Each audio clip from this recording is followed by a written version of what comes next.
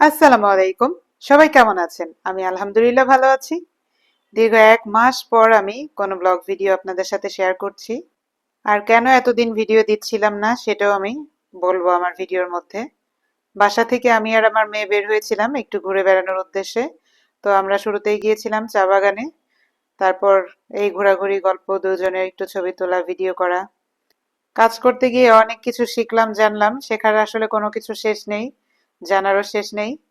তো আমি আমার এই কাজ করতে গিয়ে একটা জিনিস ভুল করে ফেলেছিলাম, সেটা হচ্ছে পুরোনো আইডিতে কাজ করা। যেমন আমি আমার ইউটিউব চ্যানেল, আমার ইনস্টাগ্রাম, আমার ফেসবুক পেজ যেগুলো খুলেছিলাম, এগুলো আসলে পুরোনো আইডি দিয়ে আমি কাজ শুরু করেছিলাম।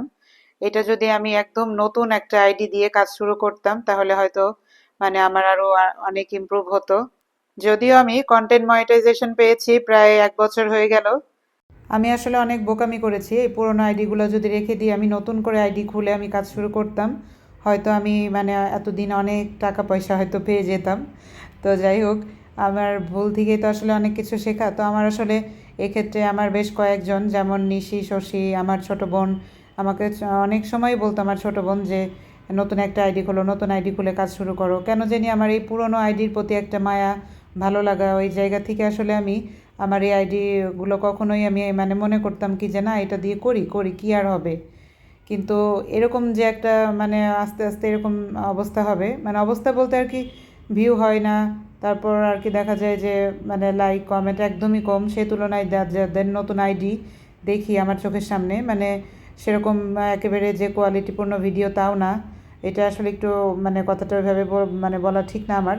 তারপর আর কি আমি যে কিছু আইডি দেখেছি সেই তুলনায় মানে ওদের রিচ হয়, ভালো ভিউ হয়, মানে এগুলো দেখে তখন আমার অনেকের দেখেছি এরকম। তো এগুলো দেখে দেখে তখন আমি বিষয়টা আসলে বুঝতে পেরেছি। এছাড়াও এই কাজের এক্সপার্ট একজনের কাছ থেকেও শুনেছি এই পুরোনো আইডি দিয়ে কাজ করার বিষয়টা। ভুল যেহেতু করে ফেলেছি, কি আর করা, নতুন আইডি আবার খুলতে হবে। আর পুরোনো যেগুলো ছিল সেগুলোও থাকবে, কারণ এগুলোতেও আমার একটু একটু করে টাকা জমা হচ্ছে। এগুলোও থাকবে, বাট এগুলোতে আসলে কাজ করার মনটা একটু আমি হারিয়ে ফেলেছি, যার কারণে আমার আসলে ভিডিও আপলোড করা হয় না, ঠিক মতন কাজ করা হয় না। সংসারের বিভিন্ন কাজকর্ম, ব্যস্ততা, বাচ্চাকে খেয়াল করা, সবকিছু মিলিয়ে আসলে একটা আনন্দ নিয়ে কাজগুলো করেছিলাম। নিয়মিত কাজ করতে গিয়ে এই জিনিসগুলো খুবই উপলব্ধি করেছি যে ভীষণ কষ্টের একটা কাজ। মাথা চোখ ব্যথা হয়ে যায় আসলে ভিডিও করা এক হাতে, আবার এডিট করা, ভয়েস দেয়া, প্রত্যেকটা আলাদা আলাদা করে কাজগুলো যখন করি আর উপলব্ধি করি যে আসলে এই কাজগুলো দেখতে যতটা সহজ মনে হয় আসলে এতটা সহজ না। খুবই কষ্টের কাজ, যারা করে তারাই ভালো বলতে পারবেন। কাজ করার শুরুতে যেমন আমি আগে কম্পিউটারে এডিট করতাম, ভিডিও বানাতাম, সেটাও একটা কষ্টের কাজ ছিল। তারপর আস্তে আস্তে মোবাইলে কাজ করা শুরু করলাম। আমার মতো সব মেয়েরা আসলে এই সংসার জীবনে এসে প্রফেশনাল ভাবে এই কাজে আসলে উন্নতি করে দেখানো, উন্নতি করা আসলে অনেক কঠিন কাজ আমার কাছে মনে হয়েছে। এক্সেপশনাল দুই একজন ছাড়া তাদের এসব কাজের জন্য দেখা যায় এডিট একজন করে দেয়, ভিডিও একজন করে দেয়, কোথায় কোন জায়গায় আসলে যাবে তারাও ঠিক করে দেয়। মোট কথা আর কি, তাদের প্রত্যেকটা কাজের আলাদা আলাদা লোক তাদের এসব কাজ করে দেয়। একদম কম করে হলেও দুই একজন মানুষ হেল্প মানে করার জন্য থাকে। তো সেক্ষেত্রে আসলে আমার মধ্যে এরকম অনেকে আছে যারা একা একাই কাজ করতে চান, তাদের আসলে মানে অনেক কষ্ট করতে হয়, অনেক পরিশ্রম করতে হয়। তো ওই জায়গা থেকে মানে যাদের একটু উন্নতি হয় তাদের তো আলহামদুলিল্লাহ।